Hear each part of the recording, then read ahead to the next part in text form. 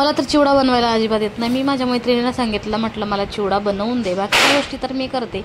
मग तिने मला चिवडा वगैरे बनवायला मदत केली. मदत म्हणजे सगळा तिनेच बनवला. मग त्यासाठी मी 1 किलो कुरमुरे आणले होते. त्याच्यामध्ये शेंगदाणे, लसूण, जिरं, राई, कढीपत्ता, लाल तिखट आणि याच्यामध्ये ना आपण बऱ्याचशा गोष्टी ॲड करू शकतो. मी याच्यामध्ये फरसाण टाकलं होतं, पण माझ्याकडे बारीक शेव नव्हते तरीसुद्धा. पण चिवडा एकदम असा म्हणजे बाजारातून आणल्यासारखा रेडीमेड असा वाटत होता.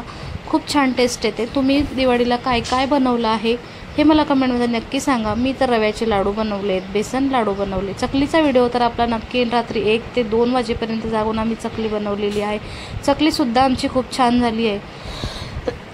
सॉरी. आणि दिवाळीचं ना हे फटाके फोडतात ना, ते मला धुराचं ॲलर्जी आहे की काय माहीत नाही. घशामध्ये गेलं की मला एवढा खोकला होतो ना, बापरे.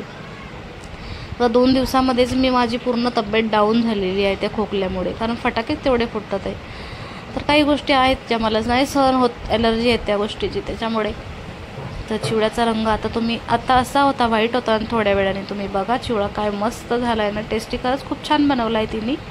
जसं बाजारामध्ये मिळतो तसं. तुम्हाला असा चिवडा बनवता येतो का मला कमेंटमध्ये नक्की सांगा. आणि व्हिडिओ आवडला असेल तर फॉलो करायला विसरू नका. आणि FBला बघत असाल तर फॉलो करा.